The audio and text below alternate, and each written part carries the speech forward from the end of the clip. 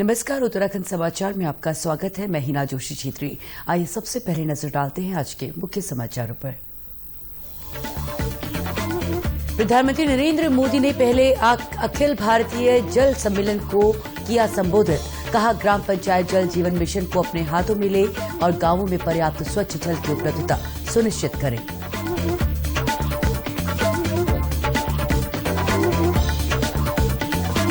मुख्यमंत्री पुष्कर सिंह धामी ने गदरपुर और खटीमा बाईपास समेत 306 करोड़ रुपए की 26 योजनाओं का किया लोकार्पण। केंद्रीय मंत्री नितिन गडकरी ने भी वीडियो कॉन्फ्रेंसिंग के जरिए सभा को किया संबोधित।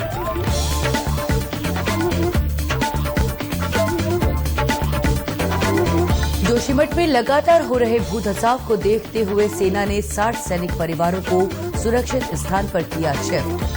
कैबिनेट मंत्री सतपाल महाराज ने प्रभावित लोगों को चरणबद्ध तरीके से शिफ्ट करने के दिए निर्देश। और सुप्रीम कोर्ट ने हल्द्वानी में रेलवे की जमीन से अतिक्रमण हटाने के उत्तराखंड हाईकोर्ट के फैसले पर लगाई रोक। मुख्यमंत्री ने कहा, अदालत के आदेश के मुताबिक इस मामले में आगे बढ़ेगी राज्य सरकार। और अब समाचार विस्तार से। प्रधानमंत्री नरेंद्र मोदी ने कहा है कि राज्य में प्रत्येक घर में जल पहुंचाने से जुड़ा जल जीवन मिशन विकास का प्रमुख पैमाना है। आज उन्होंने पहले अखिल भारतीय वार्षिक राज्य मंत्री स्तरीय जल सम्मेलन को वीडियो संदेश के माध्यम से संबोधित किया। इस सम्मेलन का विषय है वर्ष 2047 के लिए जल दृष्टिकोण। प्रधानमंत्री ने कहा कि संवैधानिक व्यवस्था में जल राज्यों का विषय होता है और जल संरक्षण के लिए सभी राज्यों के प्रयासों से देश के सामूहिक लक्ष्यों को प्राप्त किया जा सकेगा। प्रधानमंत्री ने बताया कि प्रत्येक जिले में 75 अमृत सरोवर बनाए जा रहे हैं।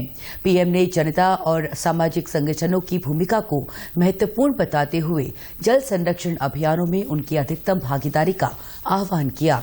प्रधानमंत्री ने कहा कि जब लोग किसी अभियान से जुड़ते हैं तब उन्हें उस कार्य की गंभीरता के बारे में जानकारी होती है। श्री मोदी ने कहा कि ग्राम पंचायतों को जल जीवन मिशन को अपने हाथों में ले लेना चाहिए और मिशन पूरा होने के बाद उन्हें ये प्रमाणित भी करना चाहिए कि उनके गांवों में पर्याप्त और स्वच्छ जल उपलब्ध हो गया है। प्रधानमंत्री ने प्रति बूंद अधिक फसल अभियान का उल्लेख करते हुए बताया कि प्रधानमंत्री कृषि सिंचाई योजना के अंतर्गत इस अभियान से अब तक देश की 70 लाख हेक्टेयर से अधिक भूमि सूक्ष्म सिंचाई के अंतर्गत लाई जा चुकी है।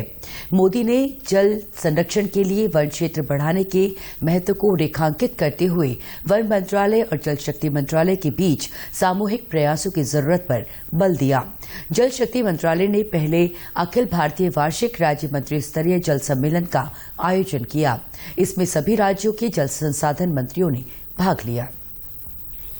मुख्यमंत्री पुष्कर सिंह धामी ने ऊधम सिंह नगर के खटीमा में 306 करोड़ रुपए की 26 योजनाओं का लोकार्पण किया।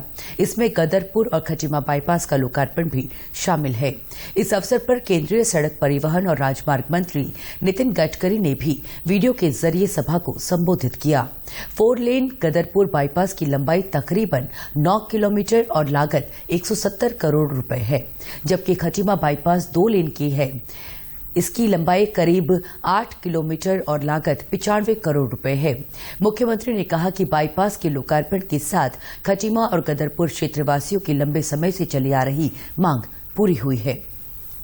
इन दोनों बाईपासों के खटीमा बाईपास के लोकार्पण से, आज इसके चालू हो जाने से, और गदरपुर के बाईपास के लोकार्पण से, जहां खटीमा बाईपास से बनबसा, टनकपुर, खटीमा, पिथौरागढ़, चंपावत, लोहाघाट और धारचूला तक के लोगों को सीधे सीधे जो शहर के अंदर घनी आबादी के बीच से आना पड़ता था, और यहाँ के लोगों को भी तमाम प्रकार का जो अनावश्यक रूप से प्रदूषण है वो उनके ऊपर उसका असर पड़ता था, और जाम और तमाम प्रकार की जो समस्याएं हैं उनसे निजात मिलेगी और सीधे सीधे लोग यहाँ से जाएंगे आसपास के क्षेत्रों का। वहीं गदरपुर बाईपास के बन जाने से भी इस क्षेत्र के लोगों को और आसपास के क्षेत्र के लोगों को बहुत बड़ा लाभ होने वाला है। उनकी यात्रा, उसकी समय सीमा कम होने वाली है।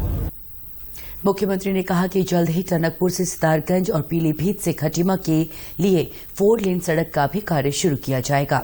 ये मार्ग कैलाश मानसरोवर का भी एक अहम पड़ाव है।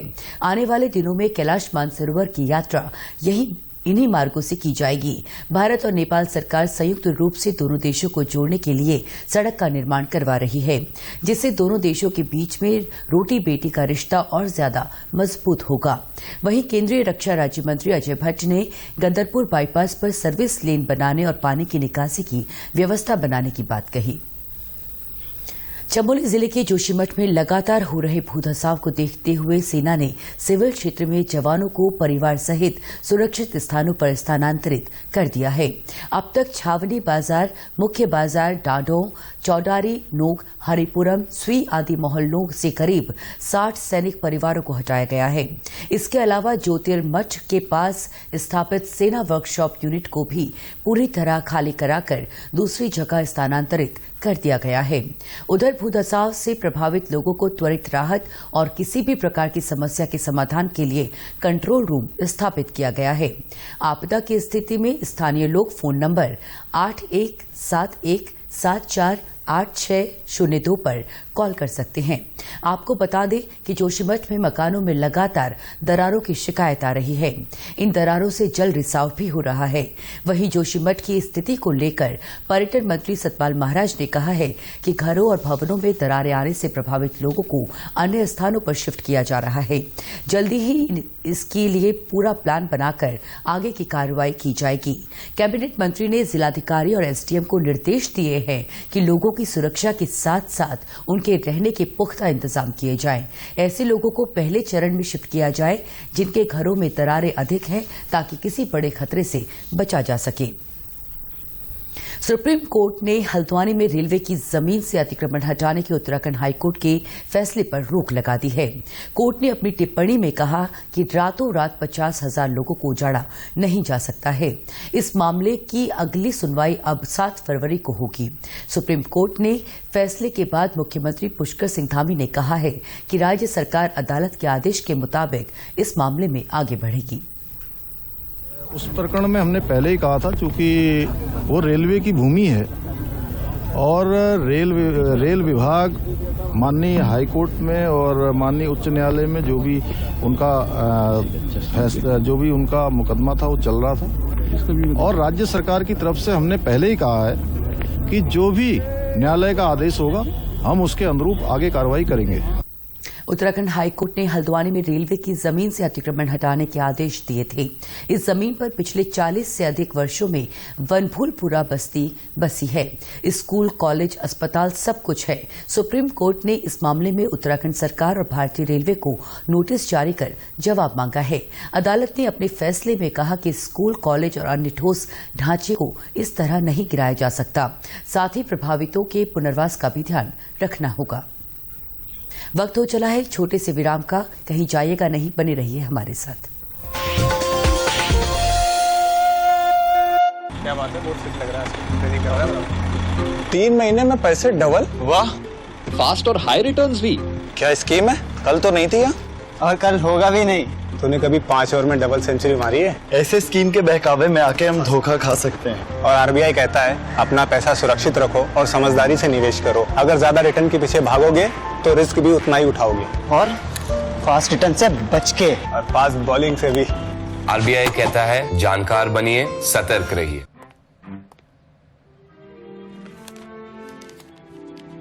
इतनी जल्दी पैसे डबल? ओ, जमा करोगे तो फिर भुगतोगे। चलो, ऐसी लुभाने वाली स्कीम में पैसे जमा करना यानी धोखे की संभावना, इसलिए पहले पूरी जांच, उसके बाद पैसे जमा, नहीं तो आपके पैसे हो जाएंगे पुर्र। आरबीआई कहता है जानकार बनिए, सतर्क रहिए।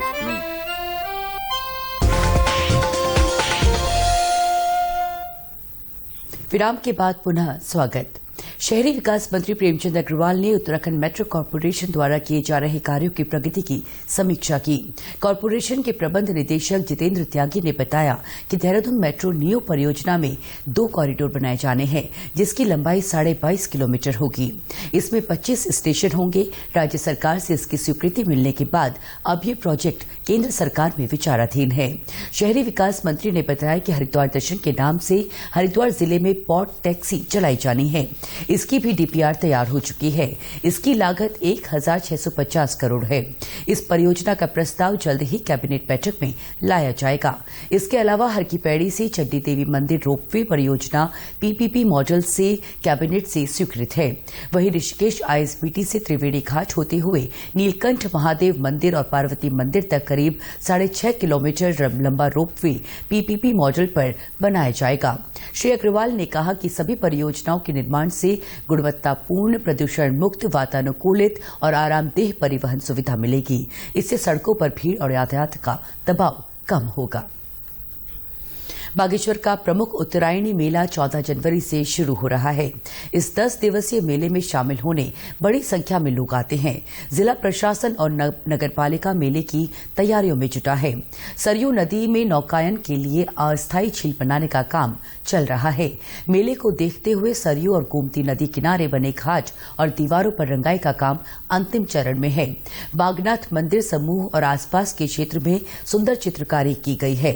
गोमती और सरयू नदी में अस्थायी पुलिया बनाने का काम भी अंतिम चरण में है। मेला अधिकारी हरगिरी ने कहा कि कोविड के 2 साल के बाद मेले को पूरी भव्यता दी जा रही है। उत्तरायणी मेला कुमाऊनी प्रदेश में बहुत बड़ा भव्य मेला होता है और विगत वर्षों में भी कोविड को छोड़ के बाकी सालों में भी बड़ा भव्यता से मनाया गया है। जैसा कि संज्ञान में है कि माननीय मुख्यमंत्री जी की भी अपेक्षा है कि बहुत बृहद रूप में इसको फिर मनाया जाए। उसी क्रम में जिला स्तर भी कई मीटिंग्स हो चुकी हैं, क्योंकि मैं इसमें मेला अधिकारी हूँ और लगातार मैं भी जो हमारी कमेटियां उनके संपर्क में हूँ और उनसे मीटिंग्स के बाद यह तय कर पा रहे हैं कि आगे हम क्या क्या तैयारी कर ली है और क्या क्या करने वाले हैं। और मैं उम्मीद करता हूँ कि सबकी सहभागिता से इस बार भी बहुत भव्य रूप में इस मेले को मनाएंगे। बागेश्वर के स्थानीय लोग मेला शुरू होने का इंतजार कर रहे हैं। स्थानीय निवासी महिपाल भरड़ा ने कहा कि इस बार मेला भव्य तौर पर आयोजित होने जा रहा है। जब 2 साल बाद हो रहा है तो एक तो उत्सुकता है कि हमारे यहाँ जो है भव्य रूप से जो ऐतिहासिक मेला है वो दोबारा होगा। और जहाँ तैयारी की बात कहें तो तैयारी इतनी जबरदस्त है कि कोई ऐसा कोना नहीं है जहाँ जो है खूबसूरत चलचित्र बनाए गए हैं और पूरे जो है नगर को ऐसा सजाया जा रहा है कि जैसे मतलब कहीं एक स्वागत समारोह होता है, सेम उसी प्रकार से है। एडवेंचर टूरिज्म में पैराग्लाइडिंग की संभावना को देखते हुए नैनीताल के जिलाधिकारी धीराज सिंह गर्ब्याल ने पिछले वर्ष नवंबर में 15 युवाओं के एक दल को प्रशिक्षण के लिए हिमाचल प्रदेश भेजा था। हिमाचल के सबसे शानदार माने जाने वाले पैराग्लाइडिंग स्पॉट बीड़ बिलिंग से प्रशिक्षण लेकर युवाओं का ये दल वापस लौट आया है।